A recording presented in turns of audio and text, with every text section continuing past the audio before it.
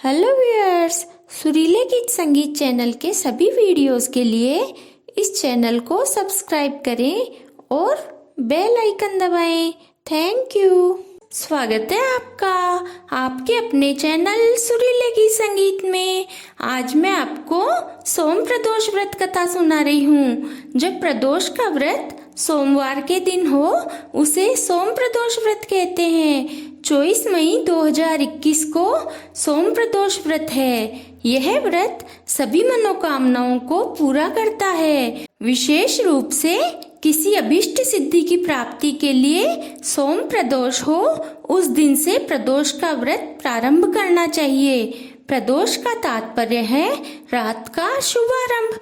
इसीलिए प्रदोष के व्रत में शाम के समय या रात को शिव जी का पूजन किया जाता है। व्रत के दिन प्रातःकाल स्नानादि करके व्रत का संकल्प करें। सूर्यास्त के समय पुनः स्नान करके शिव मंदिर में पूर्व या उत्तर मुख होकर बैठें और शिव जी की पूजा जल, रोली, मोली, चावल, चंदन, जनेऊ, बेलपत्र तथा दूध, दही, शहद, घी, चीनी से बना पंचामृत, फल, फूल, माला आदि से पूजा करें। प्रसाद चढ़ाएं, भेंट चढ़ाएं। फिर सोम प्रदोष व्रत की कथा सुने और आरती करें। इस प्रकार विधि विधान से पूजा, कथा व आरती करें। उसके बाद खाना खाएं।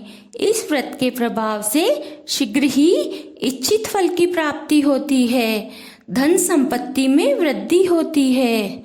अब मैं आपको सोम प्रदोष व्रत की कथा सुनाती हूँ। प्राचीन समय की बात है। किसी नगर में एक वैश्य रहता था। वह वैश्य बहुत धनवान था। उसे किसी बात का कष्ट नहीं था, परंतु उसके पास विशाल वैभव होते हुए भी उसके कोई संतान नहीं थी, जिसके कारण वह वैश्य हमेशा दुखी रहता था। वह वैश्य भगवान शिव का अनन्य उपासक था। वह प्रत्येक सोमवार को शिव जी का पूजन व व्रत किया करता था। सोमवार के दिन वह सायंकाल के समय शिव मंदिर में जाकर शिव जी की पूजा करता, दीपक जलाता तथा उन्हें अनेक प्रकार के व्यंजन अर्पित करता था। उसके बाद पत्नी सहित भगवान का प्रसाद ग्रहण किया करता था। उस वैश्य के भक्ति भाव को देखकर पार्वती जी भावुक हो गई और शिव जी से बोली, हे नाथ, यह वैश्य प्रति सोमवार को आपकी पूजा कितनी श्रद्धा से करता है। आप इसकी संतानहीनता दूर क्यों नहीं करते। पार्वती जी की बात सुनकर शिव जी ने कहा, हे देवी, इस वैश्य के संतान न होना इसके पूर्व जन्म का फल है और वह अपने कर्मों का फल भुगत रहा है। पार्वती जी ने कहा, हे भगवान, यदि आप अपने भक्तों का कष्ट दूर नहीं करेंगे तो भक्त जन आपकी पूजा और आराधना क्यों करेंगे। इसीलिए आप इसे अवश्य ही पुत्रवान बनाइए। तब शिवजी ने कहा, हे देवी, मैं तुम्हारे आग्रह से उसे पुत्र प्राप्ति का वर देता हूँ, परंतु इसके भाग्य में पुत्र सुख नहीं होने के कारण वह पुत्र केवल 12 वर्ष तक ही जीवित रह सकेगा। तब भगवान शिव ने वैश्य के सपने में आकर कहा कि हम तुम्हारी भक्ति से बहुत प्रसन्न हैं, परंतु तुम्हारे पूर्व जन्म के कर्मों के कारण तुम्हें संतान सुख प्राप्त नहीं हुआ। अब मैं तुम्हें वरदान देता हूँ कि तुम्हें शीघ्र ही एक पुत्र प्राप्त होगा, परंतु वह 12 वर्ष तक ही जीवित रह सकेगा। इतना कहकर भगवान अंतर्ध्यान हो गए और उस वणिक की आँख खुल गई। उसे स्वप्न की बात याद आते ही वह पहले तो बहुत खुश हुआ, परंतु दूसरे ही पल उदास हो गया। कुछ समय के बाद भगवान की कृपा से वैश्य की पत्नी गर्भवती हो गई और 10वें महीने में उसे पुत्र रत्न की प्राप्ति हुई। पुत्र उत्पन्न होने से वणिक के घर अत्यंत आनंद मनाया गया, परंतु फिर भी वणिक निश्चिंत नहीं हो सका, क्योंकि वह जानता था कि वह पुत्र केवल 12 वर्ष तक ही जीवित रहेगा। इस प्रकार आनंद मंगल में 11 वर्ष का समय बीत गया। एक दिन उसकी पत्नी ने पति से पुत्र विवाह के लिए आग्रह किया। तब वणिक ने अपनी पत्नी से कहा कि अभी विवाह की क्या जल्दी है, अभी तो मैं इसे काशी में विद्याध्ययन के लिए भेजना चाहता हूँ। पत्नी से ऐसा कहकर उस वणिक ने लड़के के मामा को बुलवाया और उसे अत्यंत धन देकर कहा कि तुम अपने इस भांजे को पढ़ाने के लिए काशी ले जाओ, परंतु एक बात का ध्यान रखना कि मार्ग में ब्राह्मणों को भोजन करवाकर दक्षिणा देना और यज्ञ करते हुए जाना। लड़के का मामा उसी समय लड़के यानी भांजे को साथ लेकर घर से विदा हो गया और रास्ते में ब्राह्मणों को भोजन करवाकर दक्षिणा देते और वहीं यज्ञ करते। इस प्रकार भोजन यज्ञ करवाते हुए वे दोनों एक नगर में पहुंच गए। संयोग से उस नगर के राजा की कन्या का विवाह उसी दिन था। वह कन्या अत्यंत सुंदर और सुलक्षणा थी, परंतु जिस राजकुमार से उसका विवाह होने वाला था वह एक आंख से काना था। वर के पिता को इस बात की बहुत चिंता थी। जब उसने वणिक के उस सुंदर पुत्र को देखा तो उसने उसके मामा से कहा कि यदि आप अपने भांजे को कुछ समय के लिए मुझे दे देवें तो आपकी बड़ी कृपा होगी। विवाह के पश्चात मैं इसे आपके पास वापस भेज दूंगा और आपको बहुत सा धन दूंगा।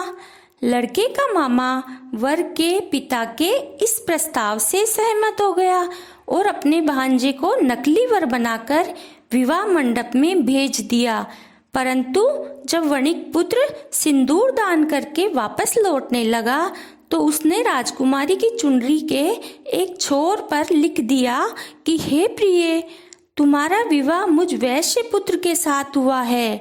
अब मैं विद्याध्ययन के लिए काशी जा रहा हूँ।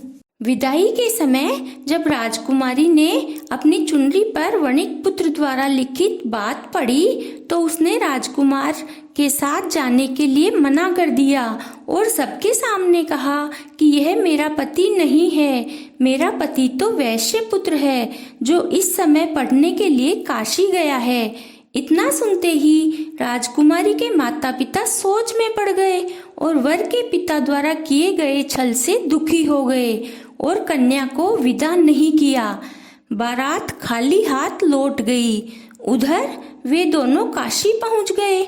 वहां जाकर वणिक पुत्र विद्याध्ययन करने में और उसका मामा यज्ञ संपादन में लग गया।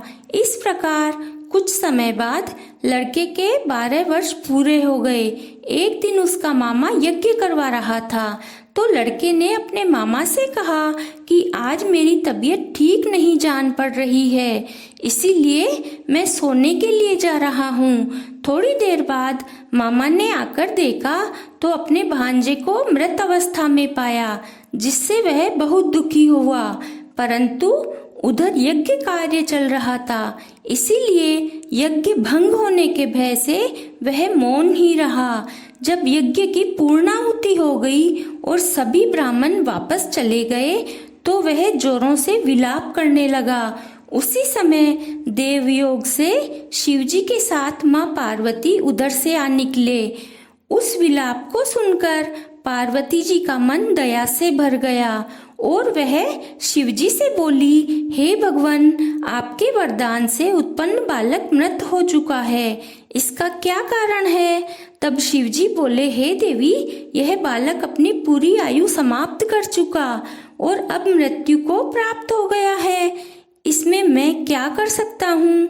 पार्वती जी ने कहा, हे नाथ, आपने जिस प्रकार कृपा करके इसे जीवन दिया उसी प्रकार अनुग्रह करके इसे जीवन की पूरी आयु प्रदान कीजिए, नहीं तो वह वैश्य इसके वियोग में अपने प्राण त्याग देगा।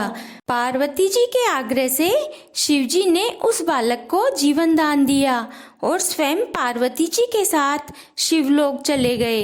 इधर शिवजी से वरदान पाकर वह बालक जी उठा। यह देखकर उसका मामा खुशी से झूम उठा और भगवान को प्रणाम किया। कुछ दिनों के बाद जब उसकी शिक्षा पूरी हो गई तो अपने मामा के साथ अपने नगर को प्रस्थान किया। चलते चलते रास्ते में पुनः उसी नगर में आया जहाँ उसका विवाह राजकुमारी के साथ हुआ था। वहाँ उसने यज्ञ करवाकर ब्राह्मणों को भोजन करवाया तथा दक्षिणा दी। ब्राह्मणों द्वारा राजा को यह सूचना मिली कि काशी से एक वैश्य पुत्र आया है जो ब्राह्मणों को भोजन करवाकर दक्षिणा दे रहा है। राजा ने सोचा ये वही वैश्य पुत्र होगा जिसका विवाह मेरी पुत्री के साथ हुआ था। राजा उसी समय उसे देखने के लिए गया। राजा ने जब प्रत्यक्ष रूप में वणिक पुत्र को देखा तो उससे पूछा कि क्या तुम्हारे साथ ही मेरी पुत्री की शादी हुई थी? इस पर वणिक पुत्र ने हाँ कर दी। यह सुनकर राजा बहुत खुश हुआ और अपने दामाद को आदर पूर्वक अपने महल में ले आया।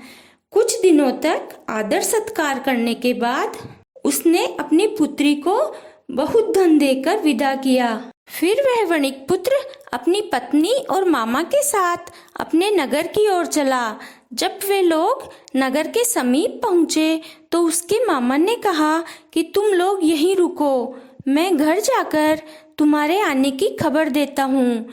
इधर उस बालक का पिता अपनी पत्नी सहित छत पर बैठा था और मन में संकल्प कर रखा था कि यदि मेरा पुत्र काशी से लौटकर नहीं आएगा तो हम दोनों यहीं से कूदकर अपने प्राण गंवा देंगे। जब लड़के के मामा ने जाकर कहा कि तुम्हारा पुत्र विद्या अध्ययन करके अपनी पत्नी को साथ लेकर कुशलता पूर्वक वापस आ गया है, यह सुनते ही उसके माता पिता की खुशी का ठिकाना नहीं रहा। फिर उन दोनों ने अपने पुत्र और पुत्रवधू का स्वागत किया और नियम पूर्वक सोमवार को व्रत रखकर शिव जी की पूजा करते रहे। जो मनुष्य इस कथा को पढ़ते या सुनते हैं वे निश्चित ही सभी कष्टों से मुक्त होकर मनोवांछित फल को प्राप्त करते हैं। अब मैं आपको शिव जी की आरती सुनाती हूँ। कर्पूर गौरम करुणावतारम संसार सारम भुजगेन्द्रहारम सदा वसंतम हृदयारविंदे भवम भवानी सहितं नमामि। ओम जय शिव ओंकारा, ओ प्रभु हर शिव ओंकारा। ब्रह्मा विष्णु सदा शिव, ब्रह्मा विष्णु सदा शिव अर्धांगी धारा। ओम जय शिव ओंकारा। एकानन चतुरानन पंचानन राजे, ओ भोले पंचानन राजे। हंसानन गरुड़ासन, हंसानन गरुड़ासन वृषवाहन साजे। ओम जय शिव ओंकारा। दो भुज चार चतुर्भुज, 10 भुज ते सोहे, ओ भोले 10 भुज ते सोहे। तीनों रूप निरखता, भोले जी को रूप निरखता त्रिभुवन जन मोहे। ओम जय शिव ओंकारा। अक्षमाला बनमाला मुंडमाला धारी, ओ भोले मुंडमाला धारी। चंदन मृग मद सोहे, चंदन मृग मद सोहे भाले शशिधारी। ओम जय शिव ओंकारा। श्वेतांबर पीतांबर